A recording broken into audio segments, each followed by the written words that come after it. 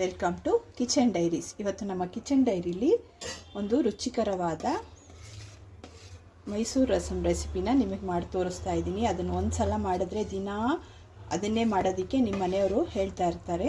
ಈಗ ರೆಸಿಪಿ ಹೇಗೆ ಮಾಡೋದಂತ ನೋಡೋಣ. ವಿಡಿಯೋ ಏನಾದರೂ ನಿಮಗೆ ಇಷ್ಟವಾದರೆ ಲೈಕ್ ಮಾಡೋದನ್ನು ಖಂಡಿತ ಮರಿಬೇಡಿ. ಮೊದಲಿಗೆ ನಾನಿಲ್ಲಿ ಒಂದು 1/4 ಕಪ್ಪಷ್ಟು ತೊಗರಿಬೇಳೆನ ತೊಳೆದು ಸಣ್ಣ ಕುಕ್ಕರ್ಗೆ ಹಾಕ್ಕೊಂಡಿದ್ದೀನಿ. ಅದಕ್ಕೆ 1 ಗ್ಲಾಸಷ್ಟು ನೀರನ್ನು ಹಾಕ್ಕೊಂಡು ಇದಕ್ಕೆ 3 ವಿಸಿಲ್ ಬರೆಸ್ಕೊಳ್ಳೋಣ. ತೊಗರಿಬೇಳೆನ ಬೇಯಿಸ್ಕೊಳ್ಳೋಣ ನಾವು. ನೋಡಿ, ಒಂದು ಪ್ಲೇಟಲ್ಲಿ ನಾನು 2 ಸ್ಪೂನಷ್ಟು ಧನಿಯಾ ಕಾಳುಗಳನ್ನ ತೊಗೊಂಡಿದ್ದೀನಿ. ಹಾಗೆ ಒಂದು ಸ್ಪೂನಷ್ಟು ಕಡಲೆಬೇಳೆ ತೊಗೊಂಡಿದ್ದೀನಿ. ಒಂದು 4 ರಿಂದ 5 ಬ್ಯಾಡಗಿ ಮೆಣಸಿನ್ಕಾಯಿ ತೊಗೊಂಡಿದ್ದೀನಿ. ಅರ್ಧ ಸ್ಪೂನಷ್ಟು ಕಾಳು ಮೆಣಸು ತೊಗೊಂಡಿದ್ದೀನಿ. ಹಾಗೆ ಅರ್ಧ ಸ್ಪೂನಷ್ಟು ಜೀರಿಗೆ ತೊಗೊಂಡಿದ್ದೀನಿ. ಇಷ್ಟನ್ನು ರೆಡಿ ಮಾಡಿ ಇಟ್ಕೊಂಡಿದ್ದೀನಿ. ಇದನ್ನು ಈಗ ಮಂದ ಉರಿಲಿ 1 ಸ್ಪೂನ್ ಎಣ್ಣೆ ಹಾಕ್ಕೊಂಡು ಇದನ್ನು ಮಂದ ಉರಿಲಿ ಉರಿಬೇಕಾಗುತ್ತೆ. ಅದಕ್ಕೂ ಮೊದಲು ಇಲ್ಲಿ ನಾನು 2 ಟೊಮ್ಯಾಟೋನ ಮತ್ತು ಒಂದು ಸ್ವಲ್ಪ ನಿಂಬೆಹಣ್ಣು ಗಾತ್ರದ ಹುಣಸೆಹಣ್ಣನ್ನು ಒಂದು 10 ನಿಮಿಷ ಸ್ಟೌವಲ್ಲಿ ಕುದಿಸ್ಕೊಂಡಿದ್ದೆ. ಈಗ ಟೊಮೆಟೊನ ಚೆನ್ನಾಗಿ ಹುಣಸೆಹಣ್ಣನ್ನು ಟೊಮೆಟೊನು ಸೇರಿಸಿ ಚೆನ್ನಾಗಿ ಹಿಂಡ್ಕೊಳ್ಳೋಣ. ಹಾಗೇನೂ ಹಿಂಡ್ಕೋಬೋದು. ಹಾಗೆ ಹಿಂಡ್ಕೊಂಡ್ರೆ ಟೊಮೆಟೊ ಎಲ್ಲ ಚೆನ್ನಾಗಿ ಮೆತ್ತಗಾಗಲ್ಲ. ಬೇಯಿಸ್ಕೊಂಡ್ರೆ ಟೊಮೆಟೊ ಎಲ್ಲ ಚೆನ್ನಾಗಿ ಮೆತ್ತಗಾಗಿರುತ್ತೆ. ಹಾಗಾಗಿ ನೀಟಾಗಿ ಹಿಂಡ್ಕೋಬೋದು ನಾವು. ಈಗ ನೋಡಿ, ಟೊಮೆಟೊನ ಚೆನ್ನಾಗಿ ಹಿಂಡ್ಕೊಂಡಿದ್ದೀನಿ. ಹಿಂಡ್ಕೊಂಡ್ಮೇಲೆ ಈ ಟೊಮೆಟೊದು ಸಿಪ್ಪೆ ಇರುತ್ತಲ್ಲ, ಅದನ್ನು ಮಾತ್ರ ಲೈಟಾಗಿ ಮೇಲಿಂದ ತೆಕ್ಕೋಬೇಕಾಗುತ್ತೆ. ಚೆನ್ನಾಗಿ ಕೈಯಿಂದ ಹಿಂಡಿ ಇದನ್ನು ತೆಗೆದು ಸೈಡಲ್ಲಿ ಇಟ್ಕೋಬೇಕಾಗುತ್ತೆ. ಈಗ ನೋಡಿ, ಸ್ಟವ್ ಮೇಲೆ ಒಂದು ಸಣ್ಣ ಬಾಣಲಿ ಇಟ್ಕೊಂಡಿದ್ದೀನಿ. ಅದಕ್ಕೆ ಸ್ವಲ್ಪ ಎಣ್ಣೆ ಸೇರಿಸ್ಕೊಳ್ತಾ ಇದ್ದೀನಿ. 1 ಸ್ಪೂನಷ್ಟು ಎಣ್ಣೆ ಸೇರಿಸ್ಕೊಳ್ಳಿ. ಎಣ್ಣೆ ಸೇರಿಸ್ಕೊಂಡ್ಮೇಲೆ ನಾವಿಲ್ಲಿ ತೆಗೆದಿಟ್ಕೊಂಡಿರ್ತೀವಲ್ಲ, ಅದನ್ನೆಲ್ಲ ಹಾಕ್ಕೊಂಡು ಮಂದ ಉರಿಲಿ ಹುರ್ಕೋಬೇಕಾಗತ್ತೆ.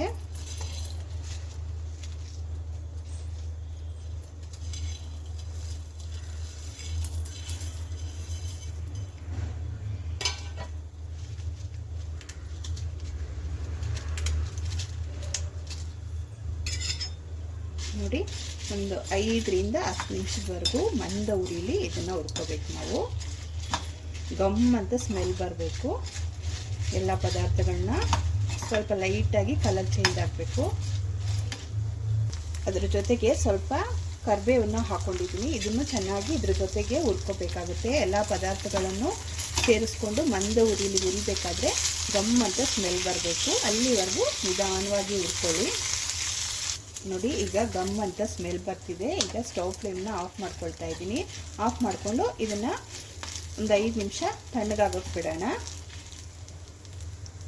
ನೋಡಿ, ಅಷ್ಟೊತ್ತಿಗೆ ಅದು ತಣ್ಣಗಾಗೋಷ್ಟೊತ್ತಿಗೆ ನಾನು ಇಲ್ಲಿ ಬೇಳೆನ ಚೆನ್ನಾಗಿ ಬೇಯಿಸ್ಕೊಂಡು ತೆಗೆದಿಟ್ಕೊಂಡಿದ್ದೀನಿ. ನೋಡಿ, ಚೆನ್ನಾಗಿ ಬೆಂದಿದೆ.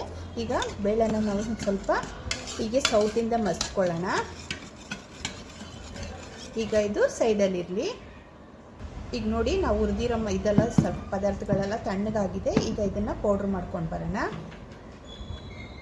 ಈಗ ನೋಡಿ, ಇದನ್ನು ಪೌಡ್ರ್ ಮಾಡ್ಕೊಂಡು ಬಂದಿದ್ದೀನಿ. ಇದನ್ನು ತುಂಬ ನೈಸಾಗಿ ಮಾಡ್ಕೋಬಾರ್ದು. ಈ ಥರ ತರಿಯಾಗಿರಬೇಕು. ಈಗ ನೋಡಿ, ನಾವು ರೆಡಿ ಮಾಡಿ ಇಟ್ಕೊಂಡಿದ್ವಲ್ಲ ಟೊಮೆಟೊ ಮತ್ತು ಹುಣಸೆಹಣ್ಣನ್ನ ಚೆನ್ನಾಗಿ ಕಿವಿಚಿ ಇಟ್ಕೊಂಡಿದ್ವಲ್ಲ, ಇದಕ್ಕೆ ನಾನು ಒಂದು ಸ್ವಲ್ಪ ನೀರನ್ನು ಸೇರಿಸ್ಕೊಳ್ತಾ ಇದ್ದೀನಿ. ನೀರನ್ನು ಸೇರಿಸ್ಕೊಂಡು ಇದಕ್ಕೆ ನಾನು ಸ್ವಲ್ಪ ಅರಿಶಿನ ಪುಡಿನ ಆ್ಯಡ್ ಮಾಡ್ತಾ ಇದ್ದೀನಿ. ಅರಿಶಿನ ಪುಡಿ ಹಾಕ್ಕೊಂಡು ಉಪ್ಪನ್ನು ಹಾಕ್ಕೊಳ್ಳಿ. ಉಪ್ಪು ನಿಮ್ಮ ಟೇಸ್ಟಿಗೆ ತಕ್ಕಂಗೆ ಹೆಚ್ಚು ಕಮ್ಮಿ ಮಾಡಿಕೊಂಡು ಹಾಕ್ಕೋಬೋದು. ಉಪ್ಪು ಹಾಕ್ಕೊಂಡ್ಮೇಲೆ ನಾನಿಲ್ಲಿ ಒಂದು 2 ರಿಂದ 3 ಚಿಕ್ಕದಾಗಿದ್ದರೆ 3 ಹಾಕ್ಕೊಳ್ಳಿ, ದೊಡ್ಡದಾಗಿದ್ದರೆ 2 ಹಸಿಮೆಣಸಿನ್ಕಾಯಿನ ಕಟ್ ಮಾಡಿ ಹಿಂಗೆ ಉದ್ದುದ್ದಕ್ಕೆ ಹಾಕ್ಕೊಳ್ತಾ ಇದ್ದೀನಿ. ಈಗ ಇದನ್ನು ಕುದಿಸ್ಕೊಳ್ಳೋಣ. ಎಲ್ಲಿವರೆಗೂ ಅಂದರೆ ನಾವು ಹಾಕಿರೋ ಹಸಿಮೆಣಸಿನ್ಕಾಯಿ ಸ್ವಲ್ಪ ಮೆತ್ತಗಾಗಬೇಕು. ಅಲ್ಲಿವರೆಗೂ ಇದನ್ನು ಕುದಿಸ್ಕೋಬೇಕಾಗತ್ತೆ. ನೋಡಿ, ಈಗ ಇದು ಕುದಿಯೋದಕ್ಕೆ ಸ್ಟಾರ್ಟ್ ಆಗಿದೆ. ಈ ಟೈಮಲ್ಲಿ ನಾವಿಲ್ಲಿ ಪೌಡ್ರ್ ಮಾಡಿ ಇಟ್ಕೊಂಡಿರ್ತೀವಲ್ಲ, ಅದನ್ನು ಇದಕ್ಕೆ ಸೇರಿಸ್ಕೋಬೇಕಾಗತ್ತೆ. ಇದು ತಕ್ಷಣಕ್ಕೆ ಮಾಡಿ ಹಾಕಿದ್ರೇ ಗಮ್ ಅಂತ ಸ್ಮೆಲ್ ಬರೋದು. ನೀವು ಮೊದಲೇ ಮಾಡಿ ಇಟ್ಕೊಂಡ್ರೆ ಚೆನ್ನಾಗಿರಲ್ಲ. ತಕ್ಷಣಕ್ಕೆ ಮಾಡಿಕೊಂಡ್ರೆ ತುಂಬಾ ಚೆನ್ನಾಗಿರುತ್ತೆ ಫ್ಲೇವರು. ಹಾಗೆಯೇ ನಾನಿಲ್ಲಿ ಬೇಳೆ ಬೇಯಿಸಿಟ್ಕೊಂಡಿದ್ನಲ್ಲ, ಅದನ್ನು ಇದ್ರ ಜೊತೆಗೆ ಹಾಕ್ಕೊಳ್ಳೋಣ. ಹಾಕ್ಕೊಂಡು ಚೆನ್ನಾಗಿ ಒಂದು 10 ನಿಮಿಷ ಕುದಿಸ್ಕೋಬೇಕಾಗತ್ತೆ. ಎಲ್ಲಿವರೆಗೂ ಅಂದರೆ ಹಸಿಮೆಣಸಿನ್ಕಾಯಿ ಎಲ್ಲ ಚೆನ್ನಾಗಿ ಮೆತ್ತಗಾಗಬೇಕು. ಅಲ್ಲಿವರೆಗೂ ಇದನ್ನು ಕುದಿಸ್ಕೋಬೇಕು.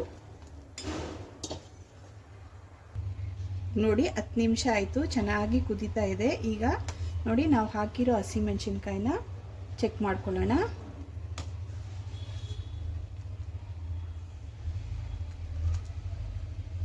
ನೋಡಿ ಹಸಿಮೆಣಸಿನ್ಕಾಯಿ ಎಲ್ಲ ಚೆನ್ನಾಗಿ ಮೆತ್ತಗಾಗಿದೆ. ಈ ಟೈಮಲ್ಲಿ ಸ್ವಲ್ಪ ಬೆಲ್ಲನ ಸೇರಿಸ್ಕೊಳ್ತಾ ಇದ್ದೀನಿ.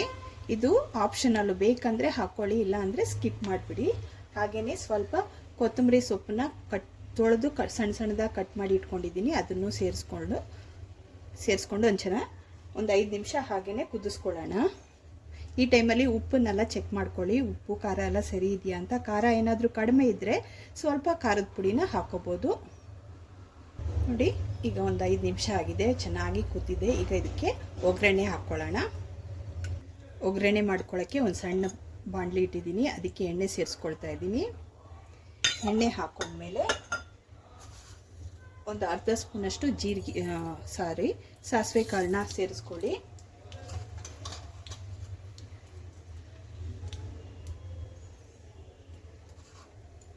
ಸಾಸಿವೆ ಚೆನ್ನಾಗಿ ಸಿಡಿಬೇಕು.